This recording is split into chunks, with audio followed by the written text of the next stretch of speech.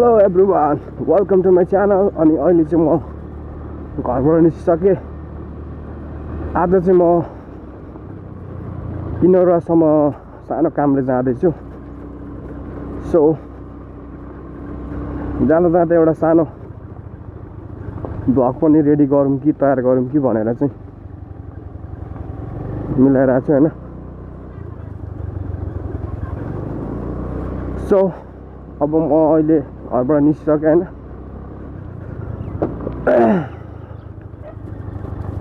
आजबाट यहाँ त चाहिँ हल्का घाम लागेको छैन।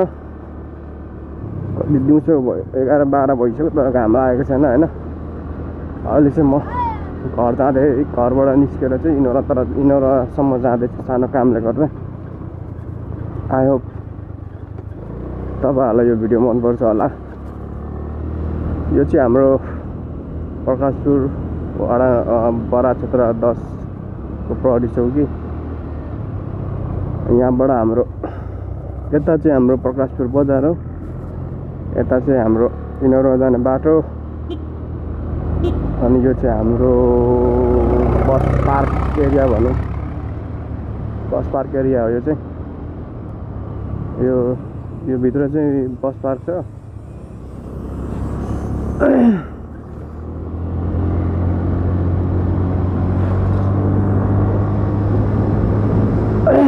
यहाँबाट लगभग इनरुवा कति 8-9 किलोमिटर होला कि 10 किलोमिटर होला, आई डोन्ट नो, तर यस्तै छ, धेरै छैन।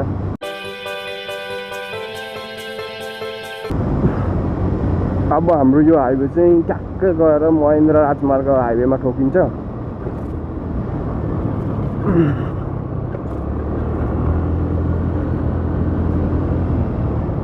बाटो चाहिँ हल्का बिचमा बिग्रेको छ जस्तो छ, तर इट्स ओके। गाडी कुद्नु पर्यो क्या, बस त्यति हो नि त।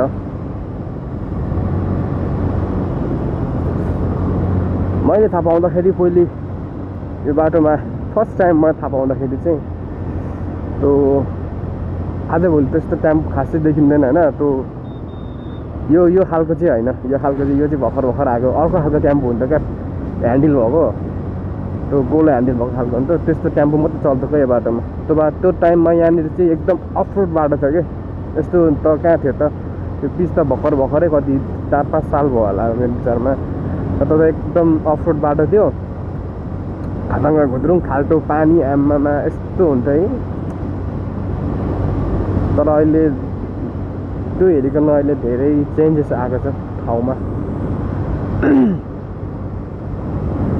यो चाहिँ हाम्रो बरा क्षेत्र नगरपालिका वार्ड नम्बर 10 मा पर्छ हैन। पहिले चाहिँ प्रकाशपुर गाविस भनेर थियो, अनि अहिले चाहिँ 5वटा गाविसलाई चाहिँ गाभेर चाहिँ अहिले बरा क्षेत्र नगरपालिका बनाएको छ। मेरो विचारमा अहिले गाभेको गाविस भनेको प्रकाशपुर, महेन्द्रनगर, मधुवन, अनि त्यसपछि भरौली, चतरा, अनि कुन हो त्यो खै मैले बिर्सेँ हौ। है 1 2 3 4 5वटा भइसक्यो होला सायद। चतरा, भरौल, महेन्द्रनगर, प्रकाशपुर अनि मधुवन, यो 5वटा गाविस गाभेर चाहिँ अहिले सुनसरी जिल्लाको सबैभन्दा ठुलो नगरपालिका भनेर चाहिँ भन्छ। तर मलाई पनि थाहा छैन हैन, तर एकदम ठुलो छ यो, किनभने एकदम तलसम्म छ यो। हाम्रो माथि बरा क्षेत्र मन्दिर भेगदेखि लगभग मैले हिँडेको बाटो लास्टसम्मै छ क्या यो, यति ठुलो छ हैन। लगभग यहाँबाट तपाईलाई यो हाम्रो मेन माथिसम्म पुग्नलाई लाग्छ होला झन्डै 1.5 घन्टा 2 घन्टा लाग्छ होला। ओभर स्पिडमा नर्मली टाइममा त 2 घन्टा क्रस गर्छ होला, धेरै टाढा छ कि।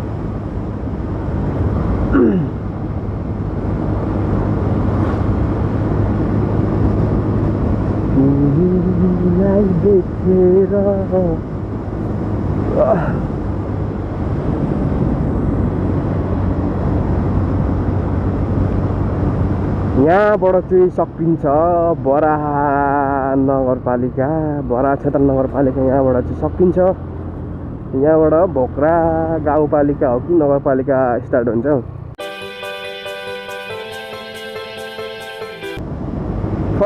फर्स्ट भ्लगिङ हो होइन, मजा आइरहेछ, रमाइलो फिल भइरहेछ होइन। ओभर के भन्छ नि,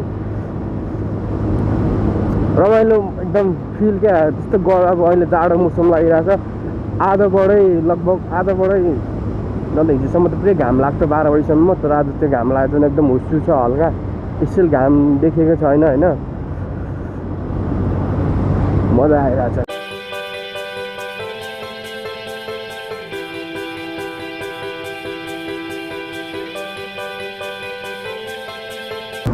मौसमले चाहिँ दामी साथ दिइरहेछ होइन, मजा आइरहेछ। गर्मी पनि छैन, जाडो पनि छैन, ठिक्कको वेदर छ। ओभर धेरै मजा आइरहेछ, एक्साइटेड फिल भइरहेछ होइन।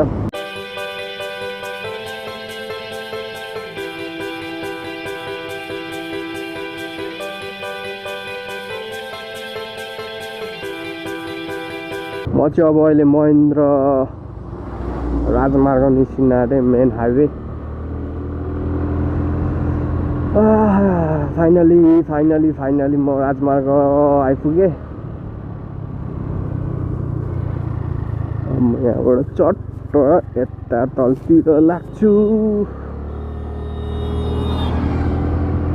यो चाहिँ महेन्द्र राजमार्ग हो।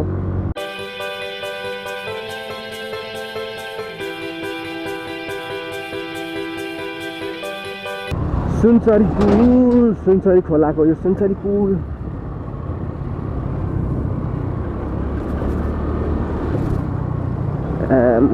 दामी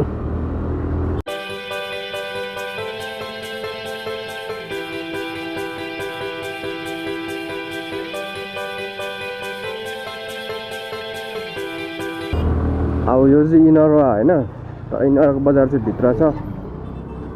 सो म यहाँबाट भित्र जाँदैछु।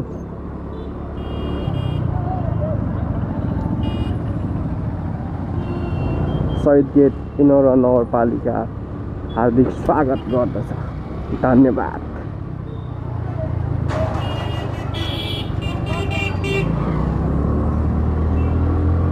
यहाँबाट चाहिँ टट्ट इनरुवा बजार निस्किन्छ। इनरुवा बजार यतै हो, भित्र छ। ना ना ना ना ना ना ना।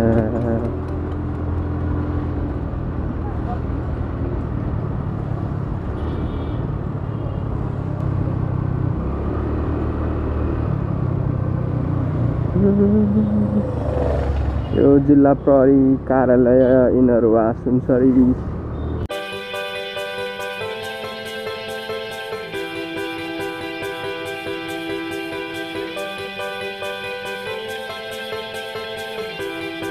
फाइनली मेरो ठाउँ चाहिँ आउन लाग्यो। यीसम्म आफू थिए।